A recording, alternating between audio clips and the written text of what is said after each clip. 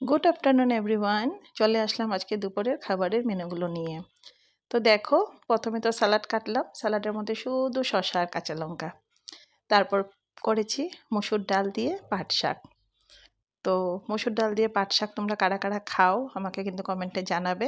আমার কিন্তু অনেক অনেক বেশি ভালো লাগে মানে ডালের সাথে শাক খেতে। তো শুধু পাট শাক বলে না, অন্যান্য যে কোনো শাক আমি ডালের সাথে খেতে খুবই পছন্দ করি। তারপর দেখো এখানে ভোল, বেগুন, তারপর বরবটি এগুলো একটু মিক্স করে একটু মাখা মাখা করে বানিয়েছি। আর যেহেতু এখানে ভোল পড়লো, গন্ধটা কিন্তু খুব মানে সুন্দর টেস্টি টেস্টি আসছিল। আর তারপর করলাম মাছ হালকা পাতলা বেগুন দিয়ে ঝোল করলাম। তো বেগুন টমেটো দিয়ে ঝোল করেছি, তো তোমরা দেখলে বুঝতেই পারছো যে একদম হালকা করে বানিয়েছি আর অনেকটা ঝোল বেশি দিয়েছি। তারপর এখানে কালকে রাত্রের কিছুটা মাছ আছে, শুধু আলু দিয়ে করেছিলাম।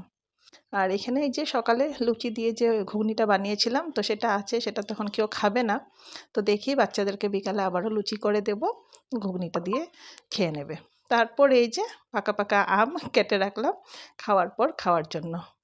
তো এই ছিল আজকে আমার দুপুরের মেনু। তোমাদের কেমন লাগলো কমেন্টে বলো।